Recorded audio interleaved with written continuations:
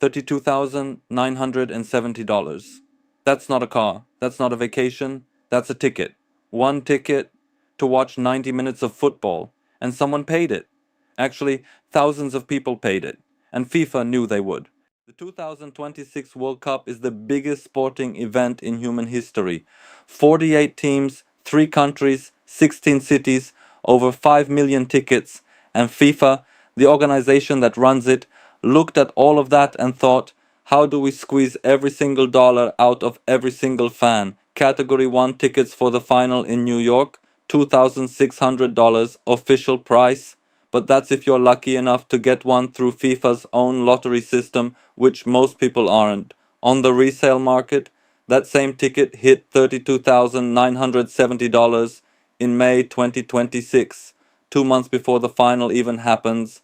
Let that number sit for a second. The average American household makes $56,000 a year. Someone spent more than half of that on one seat for one game. Here's what makes this worse.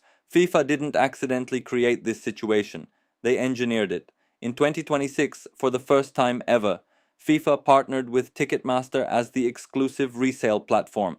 Ticketmaster, the company that has been sued, investigated, and condemned in nearly every country it operates in, is now the official way to resell a World Cup ticket. What does that mean? It means FIFA gets a cut of every resale. The higher the resale price goes, the more money FIFA makes. They built the scalping market into the system on purpose. Fans in Morocco, whose national team qualified for the first time and reached the semifinals in 2022, can't afford the cheapest Category 4 tickets at $100 each. For a family of 4 to attend one group stage game, $400 plus flights plus hotels in the United States.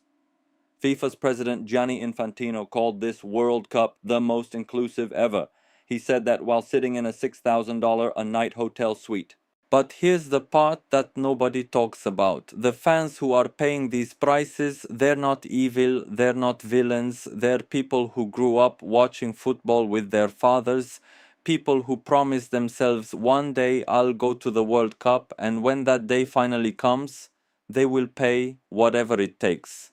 FIFA knows this. They have always known this. Football is not like other sports. It doesn't have casual fans. It has people whose entire identity is wrapped up in this game. And identity is the most powerful pricing tool in the world. You can't put a rational number on what it means to watch your country in a World Cup final. FIFA can. This didn't start in 2026. In 1966, a World Cup final ticket in England cost the equivalent of $3 in today's money.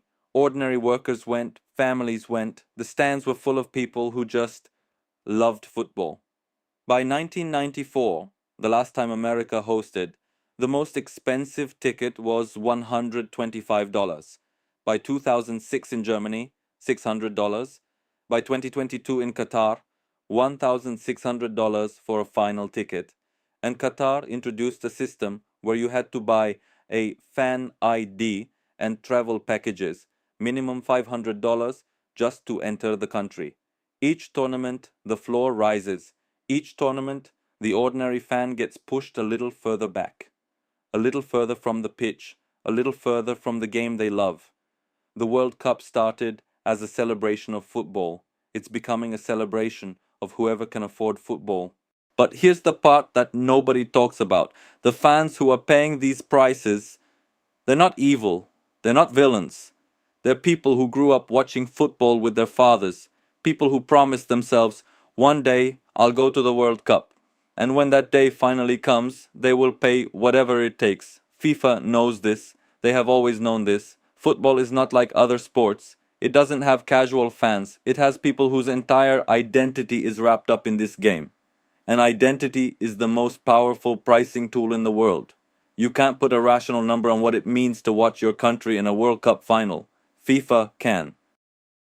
So who actually goes to the World Cup final in 2026? Not the Moroccan fan who cried in 2022. Not the Mexican family who drove across the border. Not the kid from Ghana who saved for 3 years. Mostly corporate clients, sponsors, people using tickets as business entertainment, people who will leave at halftime. And in the empty seat next to them, the seat that cost $32,970, will be a ghost. the ghost of everyone football left behind. FIFA will count the revenue. They'll call it a record. They'll talk about growing the game, and somewhere a real fan will watch it on a phone screen through a cracked app with a 2-minute delay. That's the 2026 World Cup.